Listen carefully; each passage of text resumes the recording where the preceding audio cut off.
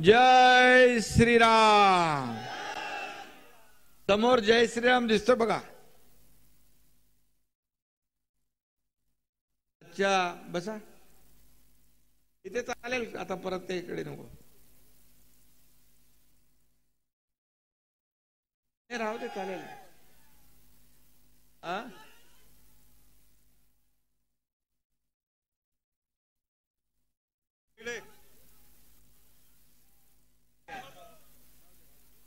राहू दे राहू दे बस बस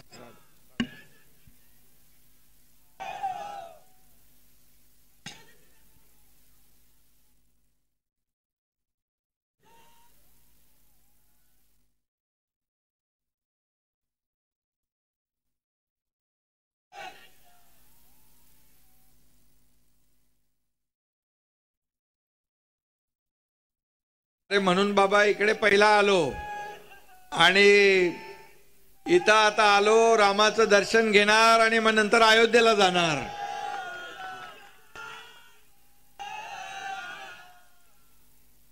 जय श्रीराम। आजच्या शिवसंकल्प अभियानाला उपस्थित नीलमताई गोरे, आपल्या विधान परिषदेच्या सभापती खासदार कृपाल तुमाने, आमदार आशिष जयस्वाल, संपर्क नेते माजी मंत्री दीपक सावंत, संपर्क प्रमुख किरण पांडव, जिल्हा प्रमुख संदीप इटकेलवार, युवा सेना शुभम नवले, वरदराज पिल्ले, विवेक तुरक, राजू बोस्कर, राजेश गोमकाळे, प्रशांत भुरे, धर्मेश भागलकर, सगळ्यांची नावं घेत नाही माफ करा। व्यासपीठ एकदम जोरदार आहे, आपला व्यासपीठ पण बहुत जोरदार आहे, हे आपलं वैभव आहे। आणि तुम्ही एवढे सगळे जर समोर उपस्थित नसता तर या व्यासपीठाची शोभाही वाढली नसती।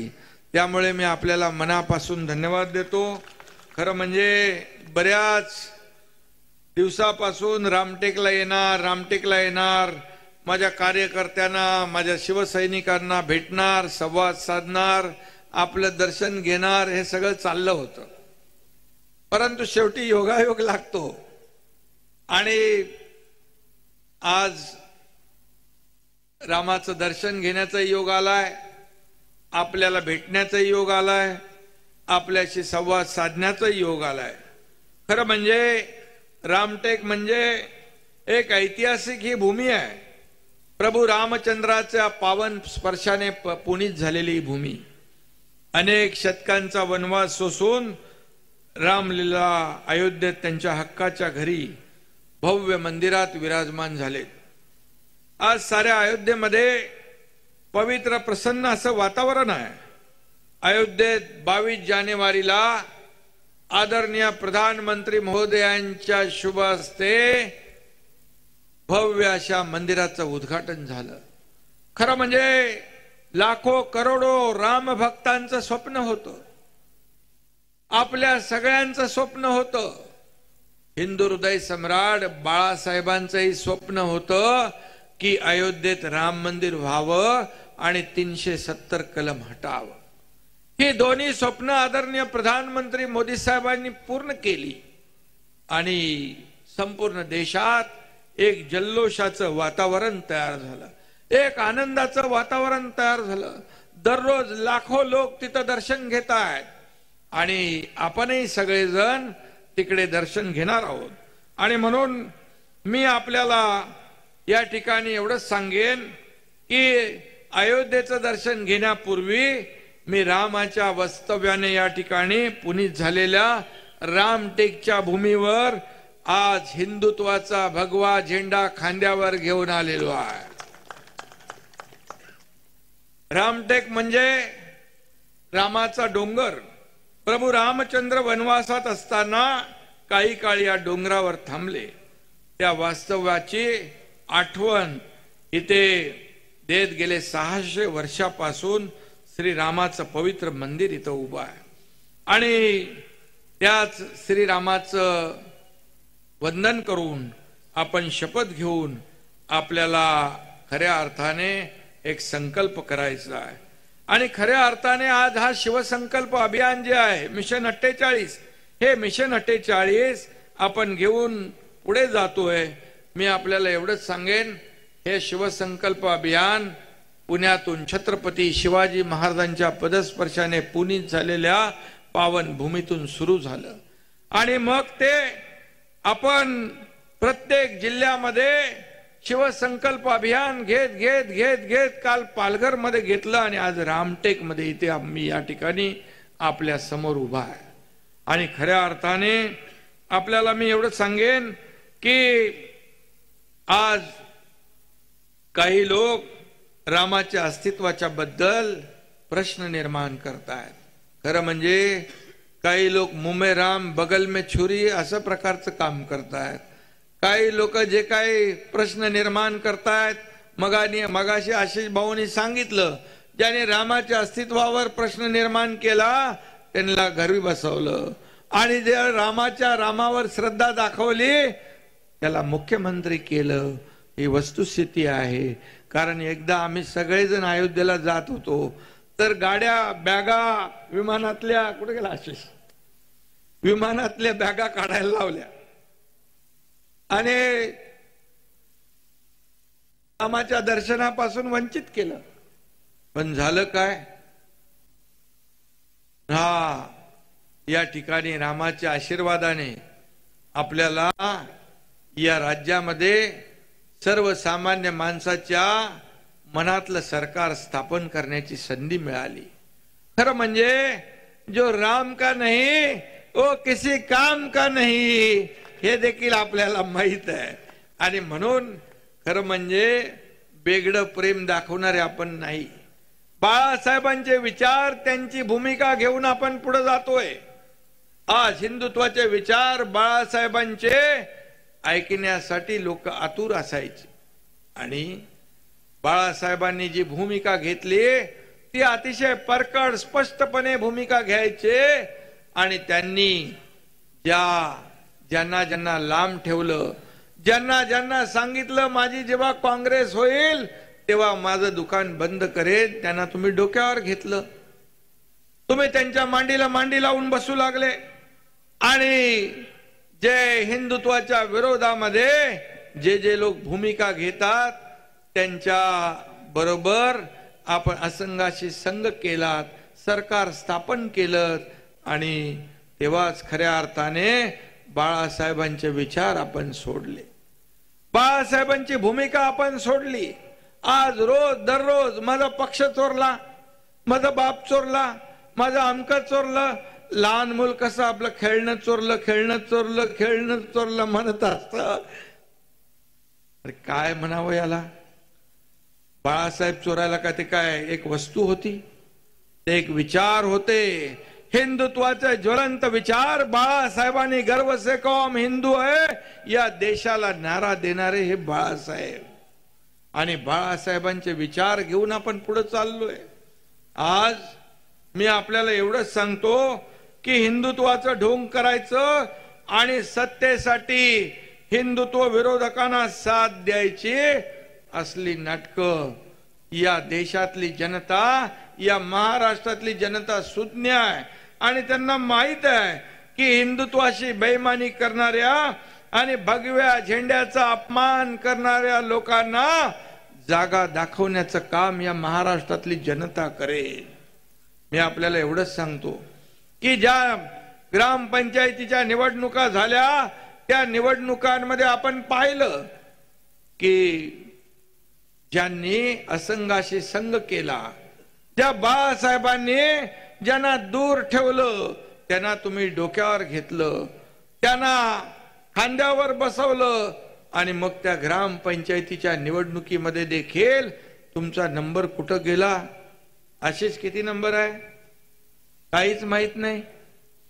आणि या ठिकाणी मी आपल्याला एवढंच सांगेन, लोक म्हणतात राष्ट्रपती राजवट लावा. कशासाठी राष्ट्रपती राजवट? काय अशीच लागते?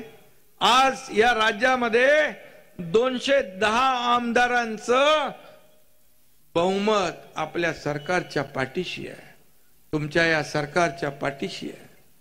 आणि राष्ट्रपतीला राजवट लावा, कधी निवडणुका घ्या, कधी हे करा ते करा अशा प्रकारचं जे जे काही थैथयाट चालू आहे तो आपण पाहतोय।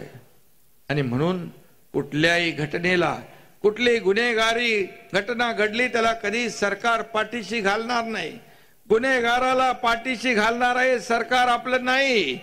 तुमच्या काळामध्ये तर हनुमान चालीसा ज्यांनी म्हटलं त्याला तर जेलमध्ये टाकून दिलं, त्याच्यावर देशद्रोहाचा गुन्हा दाखल केला। आज कितीतरी असे प्रकार झाले की त्यावेळच्या सरकारला काय म्हणायचं, गृहमंत्री जेलमध्ये गेले तेव्हा राष्ट्रपती राजवट लावायची आठवण आपल्याला आली नाही। आज केंद्रीय मंत्री नारायण राणे यांनी काहीतरी म्हटल्यानंतर ताबडतोब त्यांना जेलमध्ये घातलं, जेवणावरून उठवण्याचं काम केलं। तुमच्या या पत्रकारांनी विरोधामध्ये बोलल्यानंतर त्यांना जेलमध्ये घातलं, त्या राणा कंगनावतचं घर तोडण्याचं काम केलं तेव्हा राष्ट्रपती राजवट लावावी वाटली नाही। अशा किती किती घटना झाल्या। परंतु आपल्याला मी एवढंच सांगेन की आज ज्यांनी आपल्या मित्र पक्षाशी बेईमानी केली, या महाराष्ट्रातल्या जनतेने शिवसेना भाजपा युती म्हणून आपल्याला निवडून दिलं होतं। सरकार शिवसेना भाजपा युतीचं येईल अशा प्रकारची सगळ्यांची अपेक्षा होती। पण दुर्दैवाने आपण काय केलं आणि खरी बेईमानी, खरा विश्वासघात त्या 2019ला आपण केला। आणि आम्ही शिवसेना वाचवण्याचं, धनुष्यबाण वाचवण्याचं काम केलं। आणि म्हणून आज जनता जिकडे आपण जातोय तिकडे जनता साथ देते आहे। जर मला सांगा आपण कुठलंही चुकीचं पाऊल उचललं असतं, या महाराष्ट्रातल्या सर्वसामान्य लोकांनी आपल्याला साथ दिली असती का? आज या ठिकाणी आशिष तर माझ्या सोबतच होता आणि आज या व्यासपीठावरचे लोक, या हजारोंच्या संख्येने तुम्ही सगळेजण इथं, जर मी चुकीचं पाऊल उचललं असतं तर माझ्या या सभेला, या कार्यकर्ता शिवसंकल्प अभियानाला आला असता आपण। मी आपल्याला मनापासून धन्यवाद देतो की या एकनाथ शिंदे हा सर्वसामान्य तुमच्यातला कार्यकर्ता, एक शेतकऱ्याचा मुलगा आज मुख्यमंत्री झाल्याचा तुम्हालाही आनंद झाला आणि म्हणून तुम्ही विश्वास माझ्यावर दाखवला, त्याबद्दल मी आपला मनापासून आभारी आहे। खऱ्या अर्थाने एक शेतकऱ्याचा मुलगा मुख्यमंत्री झाला हे पटलं नाही का? आपल्या जागीरदारांचं सगळं म्हणजे त्यांनाच मुख्यमंत्री व्हायचा अधिकार आहे। मी आपल्याला एवढंच सांगतो, बाळासाहेबांची सभा देखील मी असा आपल्या समोर बसून ऐकायचो, अभिमानाने ऐकायचो एक कार्यकर्ता म्हणून। मी आपल्याला एवढंच सांगतो, उद्या जर तुमच्यातलाच एक कार्यकर्ता इथं येऊन जर मुख्यमंत्री म्हणून भाषण करू लागला तर सगळ्यात जास्त अभिमान आणि आनंद मला वाटेल। कारण मी कालही कार्यकर्ता म्हणून काम केलंय, आजही कार्यकर्ता म्हणून मी काम करतोय आणि उद्याही मी कार्यकर्ता म्हणूनच काम करणार आहे। कारण कार्यकर्त्याच्या वेदना आणि भावना मला माहित आहेत, कार्यकर्त्याच्या अडचणी मला माहित आहेत। तुम्ही एकीकडे सांगायचं शिवसैनिकाला मुख्यमंत्री करतो, शिवसैनिकाला पालखीत बसवतो आणि स्वतः टुनकन उडी मारून बसायचं। अरे सांगायचं तरी आम्हाला, आम्हीच तुम्हाला बसवलं असतं। हे छळ कपट करायची काय आवश्यकता होती?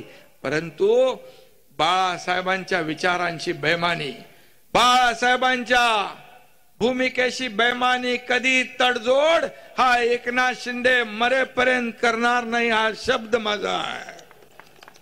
खऱ्या अर्थाने आपण जर पाहिलं तर बाळासाहेबांचं 80% समाजकारण, 20% राजकारण हे आपण पाहतोय।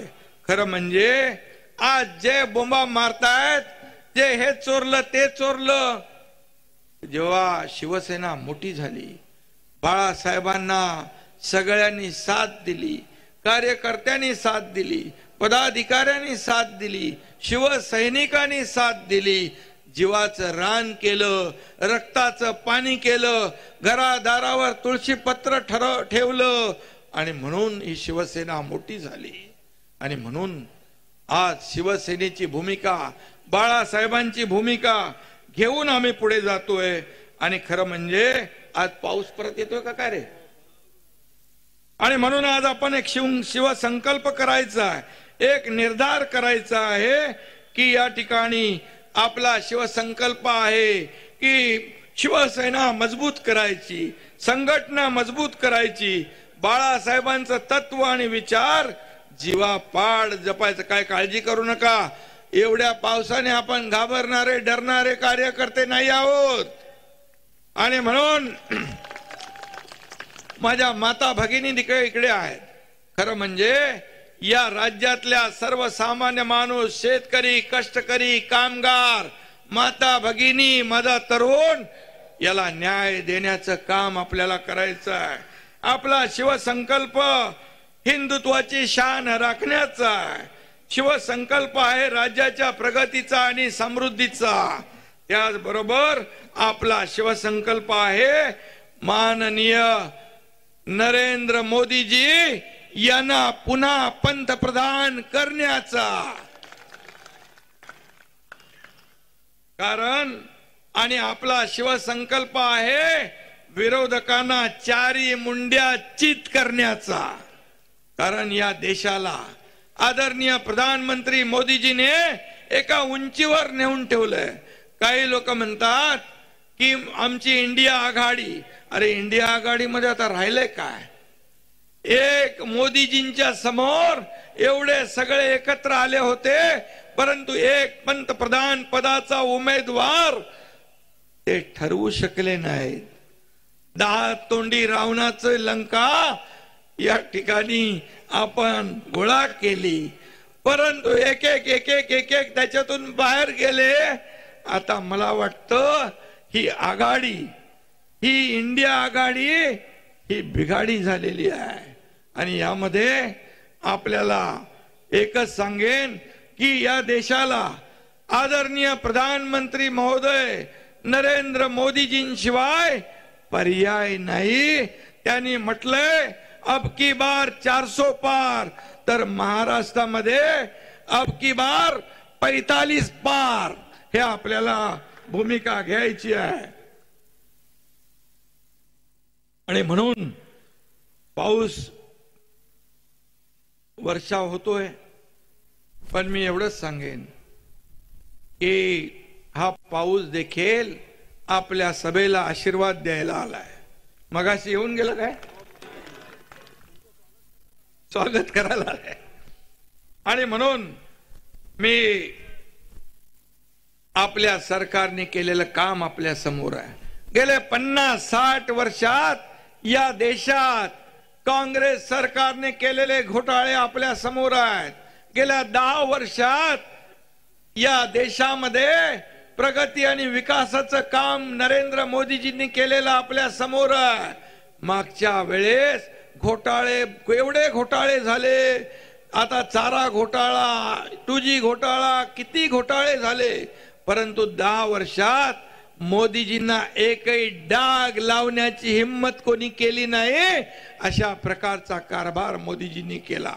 आणि म्हणून आज आपण केलेलं जे काम आहे, हे काम आपल्याला लोकांपर्यंत पोहोचवायचं आहे.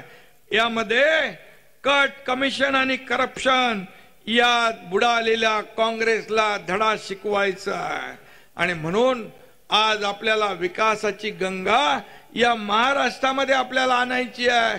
आज मगाशी पाहिलं की आमदार आपले आशिष जयस्वाल यांनी किती VR, ODR, नवीन इनोव्हेटिव्ह शासन आपल्या दारी सारखं आरोग्य आपल्या दारी अशा प्रकारची नवीन संकल्पना आणली. खासदारांनी देखील अनेक उपक्रम या ठिकाणी केले. आणि म्हणून हा काँग्रेसचा बालेकिल्ला होता, हा बालेकिल्ला उद्ध्वस्त करून या ठिकाणी शिवसेनेचा भगवा झेंडा डौलाने फडकवला. यासाठी मी आमदार आणि खासदार दोघांचे मनापासून अभिनंदन करतो. आणि त्यांना निवडून देणाऱ्या तुम्ही सर्व कार्यकर्त्यांचं देखील मनापासून मी अभिनंदन करतो. मनापासून आपल्याला शुभेच्छा देतो. कारण आता लवकरच आचारसंहिता लागेल आणि आचारसंहिता लागल्यानंतर आपण सगळ्यांनी मिळून या ठिकाणी पुन्हा एकदा महायुतीचा भगवा झेंडा या रामटेकवर फडकवायचा आहे, एवढंच आपल्याला मी सांगतो। आणि आपण जे आपल्या सरकारने केलेलं काम जे आहे हे लोकांपर्यंत पोहोचवण्याचं काम आपण करा। रोज उठसूट आरोप करतात त्यांच्यावर आपण लक्ष देण्याची आवश्यकता नाही, कारण त्यांच्याकडे आता काम राहिलेलं नाही। त्यांच्या पायाखालची वाळू सरकलेली आहे, त्यांच्या छातीमध्ये धडकी भरलेली आहे। आज मुख्यमंत्री स्वतः रस्त्यावर उतरतोय, आपले मंत्री स्वतः रस्त्यावर उतरतायत, उपमुख्यमंत्री रस्त्यावर उतरतायत, लोकांमध्ये जात आहेत। मला आठवतंय आपलं आशिष आपलं अधिवेशन होतं त्यावेळेस पाऊस पडला अवकाळी आणि आपण कुठं गेलो होतो पाहणी करायला, निमखेडा आणि आरसा त्या ठिकाणी आपण गेलो, कारण शेवटी शेतकरी बांधावर होता, शेतकरी शेतात होता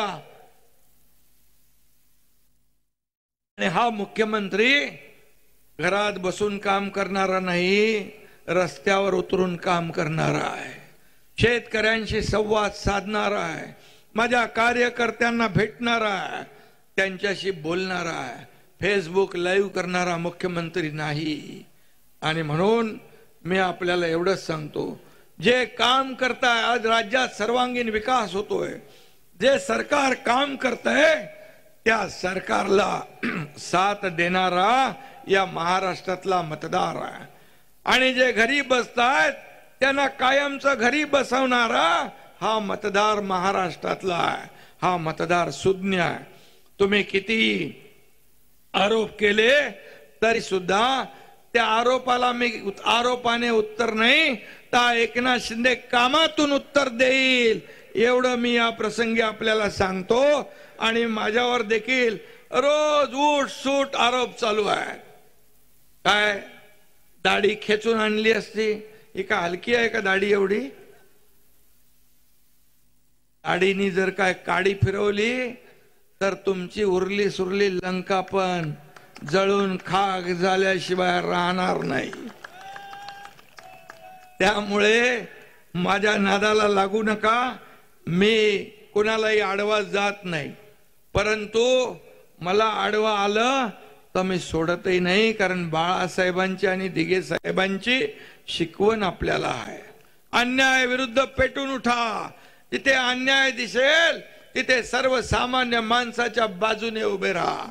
आणि म्हणून मी आपल्याला एवढंच सांगतो, पुन्हा आपण जेव्हा निवडणुकांमध्ये जाहीर सभा जेव्हा होईल तेव्हा नक्की सविस्तर बोलायला मी आपल्याशी येईन, परंतु आपण एवढ्या मोठ्या संख्येने उपस्थित झालात यावरून मला विश्वास आहे की पुन्हा या रामटेकवर भगवा फडकल्याशिवाय राहणार नाही, अशा प्रकारचा विश्वास आपल्या उपस्थितीमुळे या ठिकाणी मला मिळालेला आहे।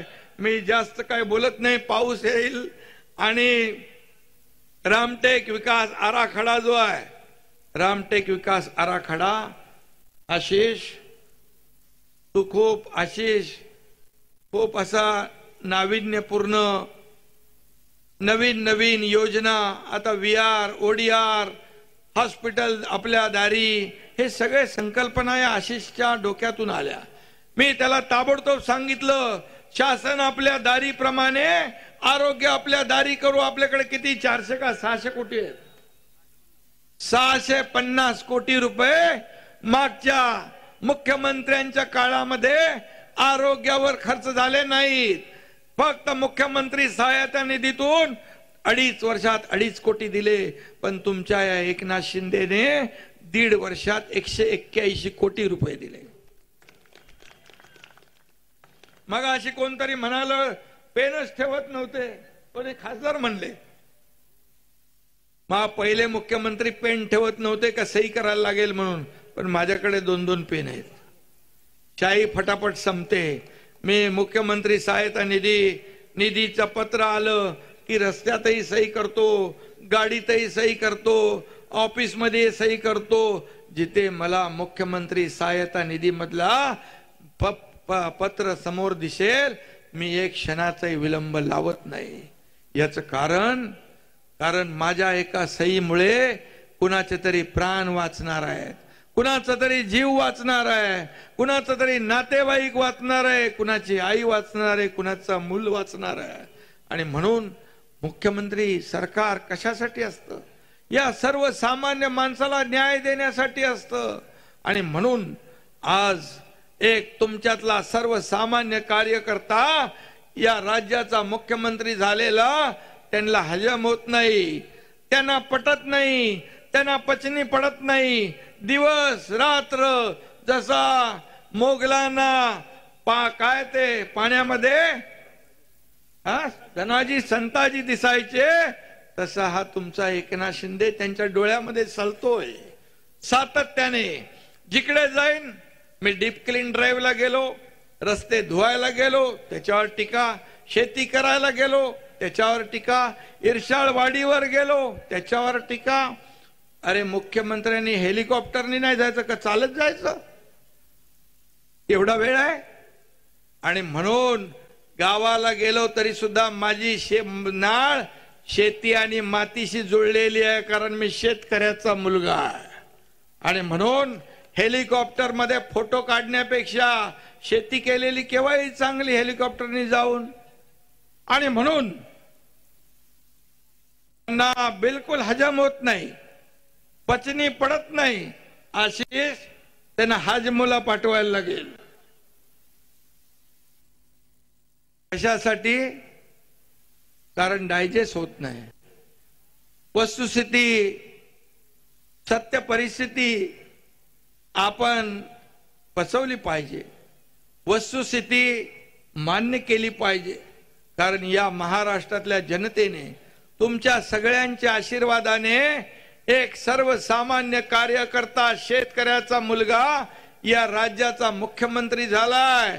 आणि म्हणून हा तुमच्यातला आहे, हा आपला माणूस आहे, अशी भावना या राज्यामध्ये निर्माण झाली आहे. याची पोटदुखी आहे. ही पोटदुखी देखील दूर करण्यासाठी, त्याचाही उपाय करण्यासाठी बाळासाहेब ठाकरे आपला दवाखाना पण आपण सुरू केला, सगळं व्यवस्था केलेली आहे. परंतु आपल्याला मी एवढंच सांगेन की रामटेक विकास आराखडा, आशिष, आपलं हे सगळ्यांचं स्वप्न आहे, याला निधी कमी पडू दिला जाणार नाही, हा मुख्यमंत्र्याचा शब्द आहे. आणि म्हणून मी आपल्या सगळ्यांना मनापासून आज शुभेच्छा देतो, मनापासून आपल्याला धन्यवाद देतो. पुन्हा एकदा या देशामध्ये आदरणीय प्रधानमंत्री नरेंद्र मोदीजींना पुन्हा पंतप्रधान करण्याचा संकल्प आपण घेऊया आणि रामटेकवर पुन्हा भगवा फडकवण्याचा आपण संकल्प घेऊन. धन्यवाद. जय हिंद, जय महाराष्ट्र. पाऊस आला आहे.